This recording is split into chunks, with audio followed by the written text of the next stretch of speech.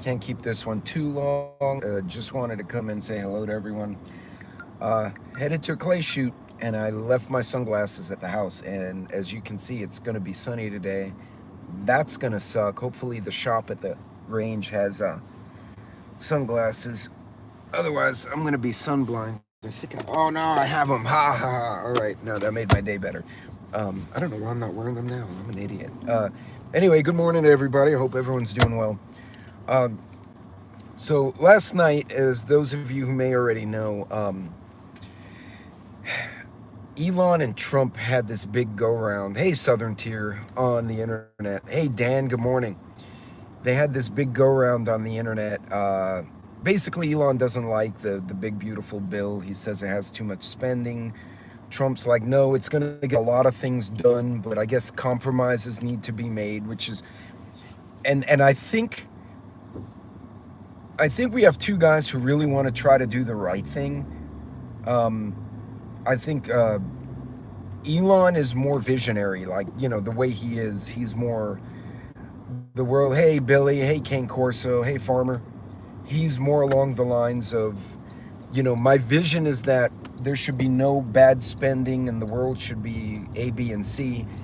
And he gets upset when that's not the case. Trump, I think, is more pragmatic and saying, look, in order to get from A to F, I have to go through B, C, D, E, and I have to make some compromises to get those steps to the next place, because that's just the way the system works.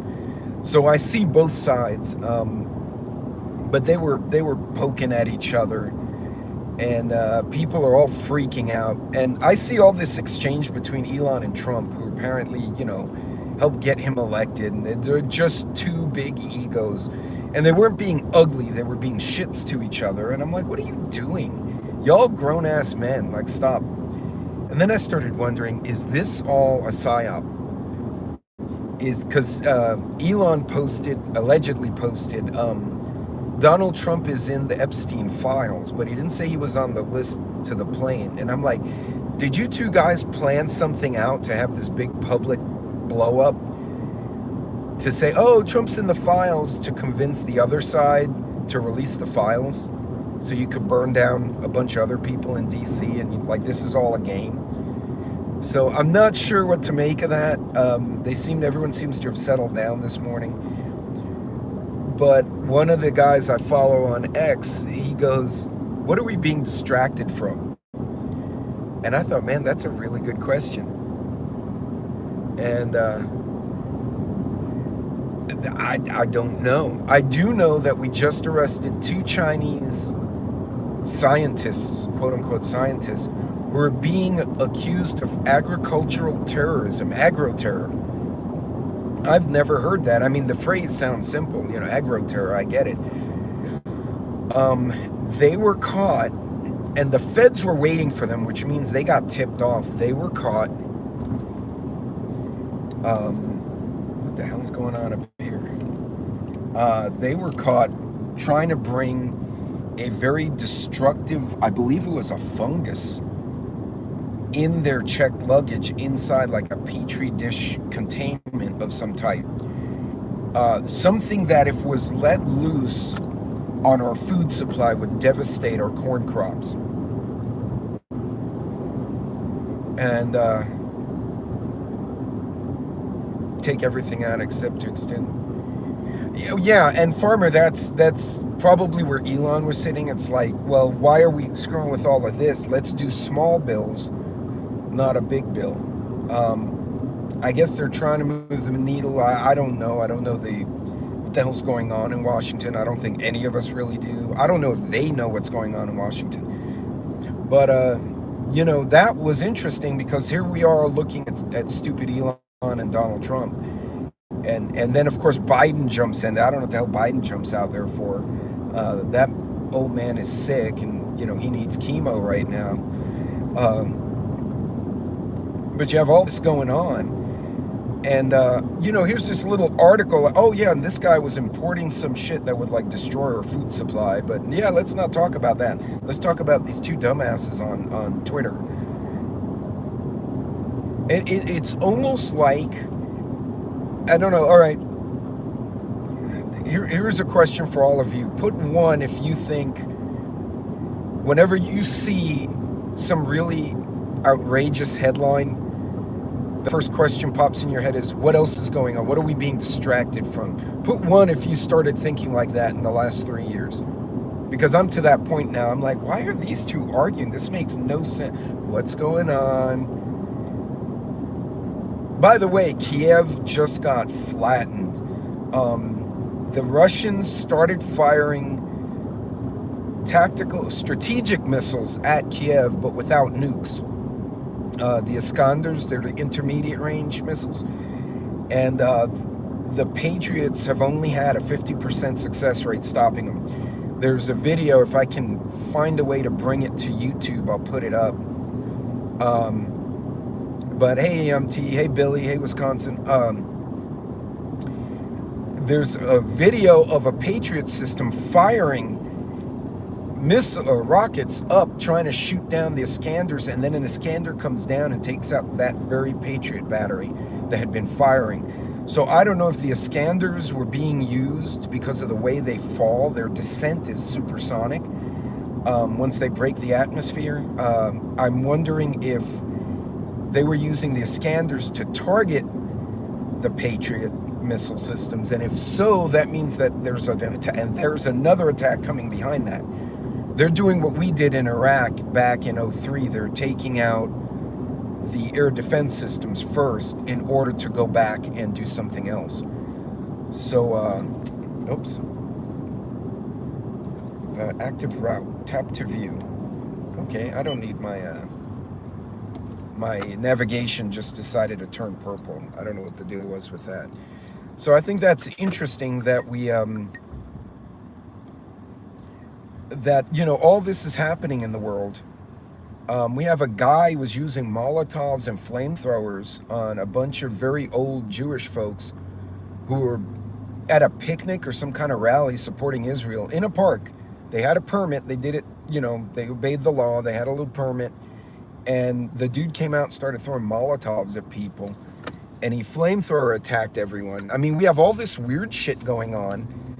And everyone's distracted by Biden, Trump, and Elon having arguments on the internet. Like, hey, Camo Carl, what's going on? Hey, Carolina. Hey, Loretta. Hey, Sister Marie. So don't be distracted by this stuff. Keep doing what you're supposed to do. Me personally, Elon is the biggest troll on the internet, like, without a doubt. I've seen some of his posts on X, and he's hilarious. And Trump's the same way. So I wouldn't be surprised if they sat down and said, hey, we need to, your 130 days as an advisor are coming to an end. They're burning down Tesla shops. They're attacking your stock. Let's have a big public hoorah so that you can get your street credibility back. And then they'll leave you alone, and then you can go run your company, and everyone will be like, oh, Elon's an independent, and you just go about your thing, and then you and I stay in touch in the background. I wouldn't be surprised.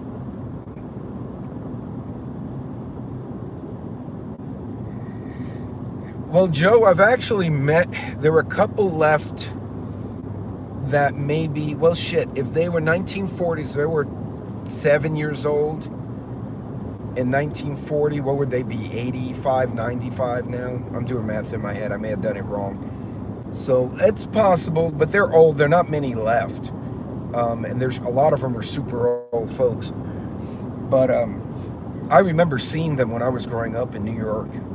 I've actually met like my friends' grandparents, and they had the fucking numbers on their arms. But yeah.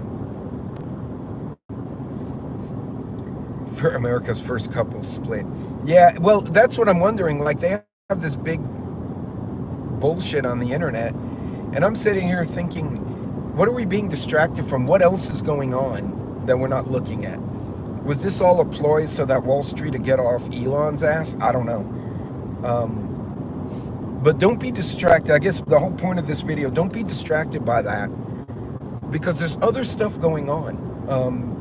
As I said in my video last night, we've had multiple cases where people are being attacked at synagogues, Molotov cocktail attacks. That one's new. I hadn't seen that in a hot minute. A flamethrower attack, that was interesting. I haven't seen that at all before.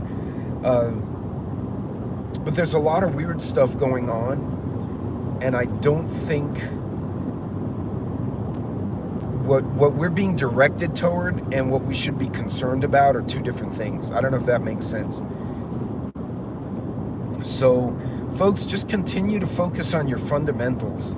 I'm more worried about this Chinese guy got arrested trying to bring in, you know, this plant-killing contaminant, this fungus that, you know, who protects our crops? Like, I drive through Texas and there's cotton, there's wheat, corn.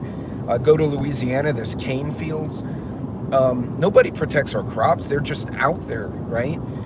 So who's to say a dude doesn't come in the middle of the night with a, I don't know how you disperse it, with a tank, I guess, with a mask, and just sprays a bunch of plants and then lets nature do the rest, right? The wind will just carry shit around and ruin crops. And by the time we realize what's happening, you know, the damage is done. I wouldn't be distracted by the stupid. Yeah, exactly, Carolina. We need to be worried more about that kind of stuff, and we can't control that, but we can be aware. I'm curious as to what exact crop that fungus was meant for. Is that like a general? Because there's all sorts of pathogens that, you know, are naturally occurring just in Texas, much less everywhere else. What was that specifically designed for? You know, like kind of like the Rona. Rona was, whether you want to say it was lab grown or naturally extracted from nature, it has a very specific target. It hit the respiratory system. What did this thing target? Was it corn? Was it wheat? Was it chicken feed, right? It could be that. It could be the grass cattle feed on. I don't know. I probably need to go down that rabbit hole a bit. Fungus from the balloon, Teresa, that's interesting. That would be very high altitude, though. I don't know, because you don't know where it would go, because you have those stratospheric winds would take it away. For all you know, it could land in Mexico. But that's interesting. And I mean, they were certainly high enough to disperse something if they found a way to like coat whatever they were dropping. Absolutely possible. I also wonder if, I honestly think that balloon's for mapping. They just took beautiful big old pictures. They were able to spy on what frequencies our cell phones are on, or military radios are on, or CBs are on. If they had any gaps in their knowledge, they got it filled in, allowing that damn balloon to go over the U.S. That's for sure. But I wouldn't be distracted by the Biden and Trump and Elon and whoever the hell else. What's her name? The Jasmine Crockett and all this. That's all bullshit. It's all political theater. It's all bread and circuses. I want to know how many more flamethrower guys are in our country, right? I want to know, did another Chinese agent come in with another pathogen and is infecting crops now? What crop are they targeting? That's because that's the kind of information I can act on. If they're after corn, okay, well, maybe you want to have sufficient grains. If you have land, you could plant your own corn. Corn is difficult to grow, but still, there are other things we should be doing. So understand the political theater, and don't let it distract you or detract from your time and effort in being ready for real life stuff. There have been multiple warnings, and I've gotten a lot of alerts about tornadoes. Honestly, we stand more of a chance of getting hurt in a car accident or getting hit by a tornado than an EMP.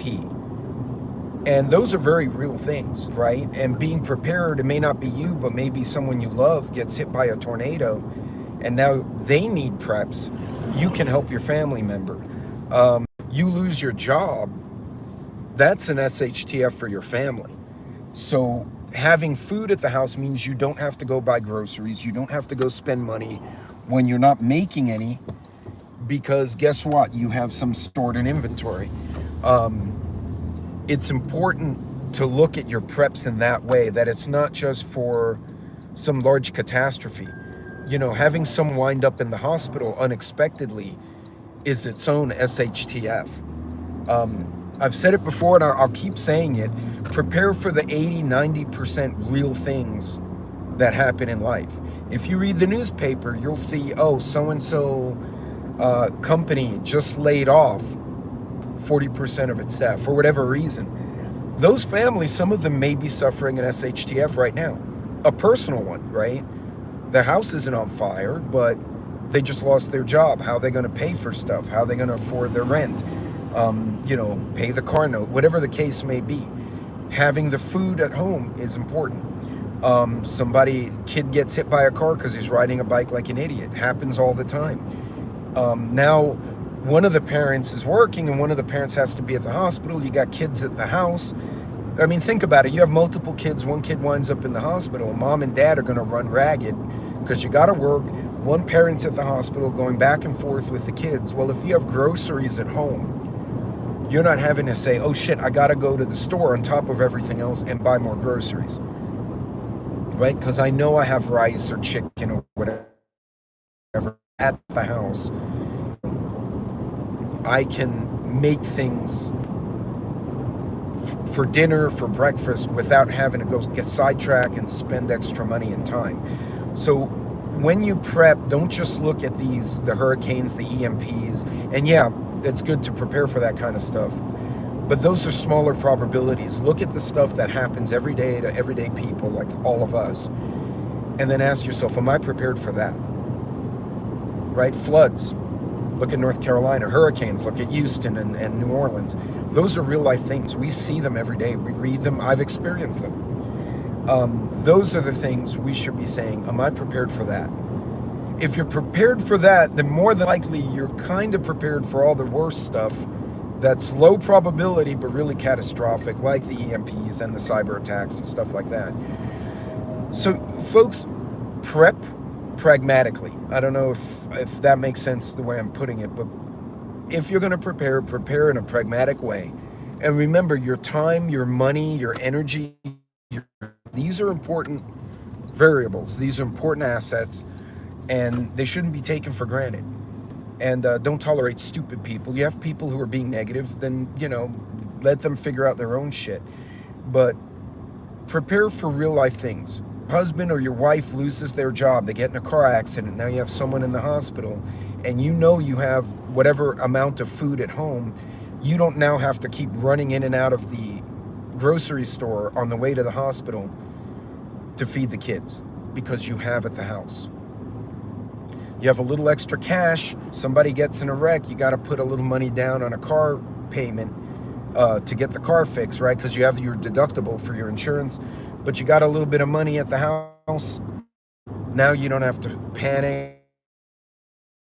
You don't have to run to the bank and have a big, just on my videos, on everyone else's channels every day. So, but folks, be good, be safe, be careful out there, and prepare with pragmatism in mind. Don't get distracted by the weirdness. And I will see you guys on my next video.